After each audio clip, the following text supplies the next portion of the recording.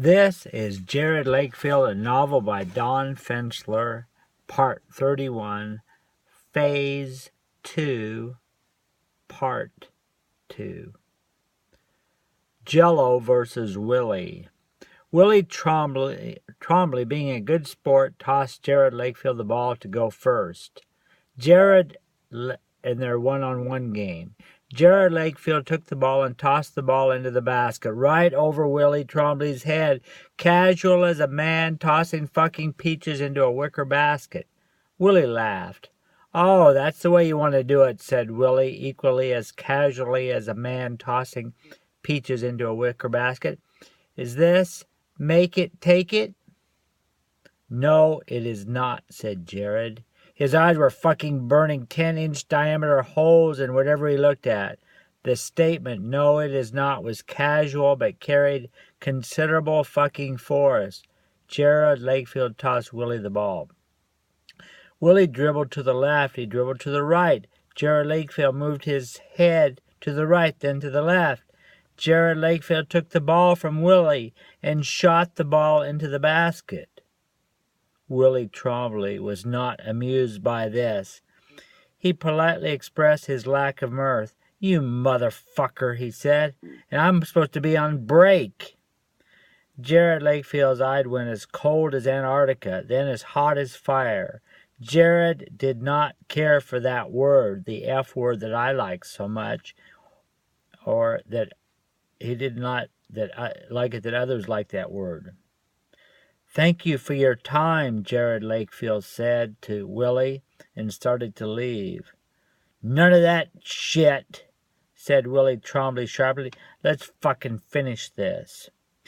Jerod looked at him with those eyes, cold yet not unkind, calm but on fire, burning a hole through whatever he gazed upon. "Thank you for playing with me," said Jerod Lakefield. The irony was beyond belief. Who should be thanking who? Jerod tossed Willie the ball. Willie was not ready for this. Whatever bravado and skill he had was now eroded.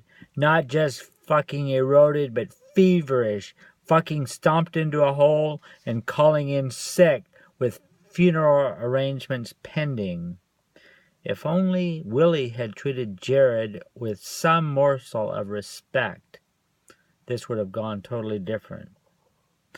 Willie dribbled about aimlessly, his eyes like a rabbit's now, though the smirk on his huge face, pasted on with mortar and superglue, fake as a $3 bill in drag, was still arrogant and inappropriate.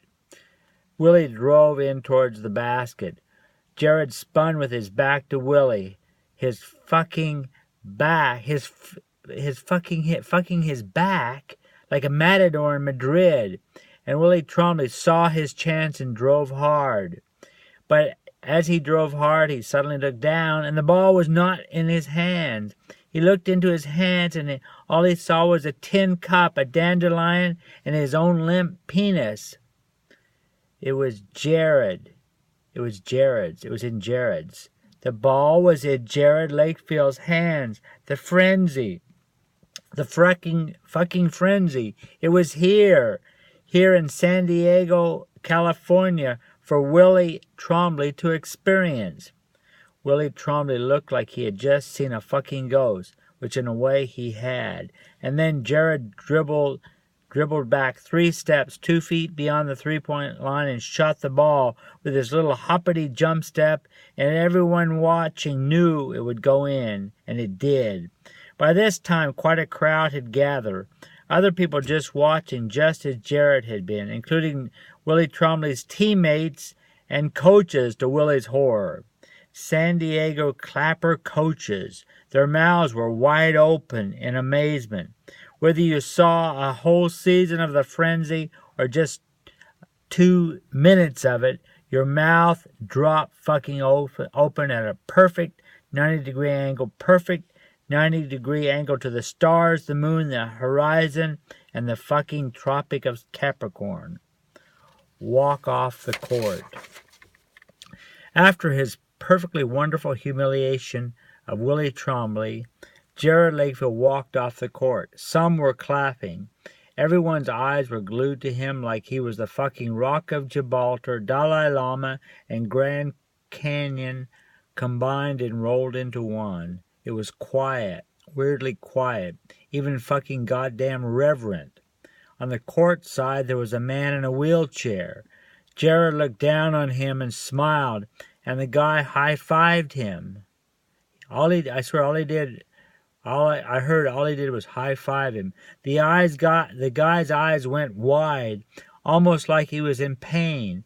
Jerod's high-five was not hard at all, but it was like the guy's back or something hurt. He kind of arched his back in the wheelchair. It was an unnatural move he made, somehow too quick.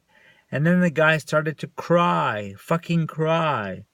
Everyone was thinking, what did Jerod do to hurt the guy and why? It seemed so out of place, and that Jerod Lakefield, who seemed so nice, would do something mean and hurtful to a guy in a wheelchair. It didn't seem anything like what they had just seen out on the court. Jerod Lakefield walked off and disappeared into the locker room. As I mentioned before, I was not fair for this episode with Willie Trombley. The man in the wheelchair was actually the one who told me about it later, and he will appear later in this story. His name is Timothy Mannion. Call from Jerod. I got a call from Jerod.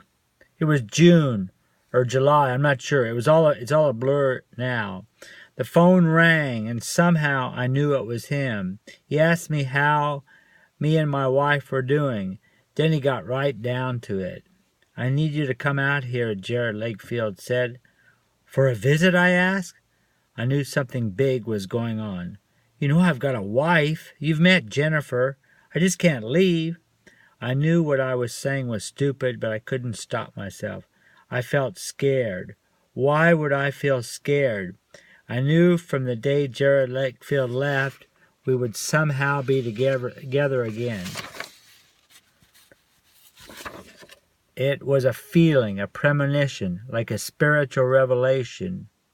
I saw it in a dream. I saw it in dream after dream. It was a dark, unhappy dream. Jerod, for some reason, I don't know why it was unhappy. Jerod Lakefield and I were always together, and it was sad. Whether the dream took place on the basketball court or a shopping mall, or the top of a mountain, or in the pit of hell, I had dreams of us all at all those places. No, this is not for a visit, Jerod Lakefield said. I need you to come out here with me. I want your wife to come too. I will take care of you and Jennifer. You need to trust me on this. My gosh, I said. I was speechless and couldn't even mutter my usual obscenity. I know this is tough, Michonne, said Jerod Lakefield. A lot is happening that you don't know about. A lot more will happen. You need to trust me on this and come out here.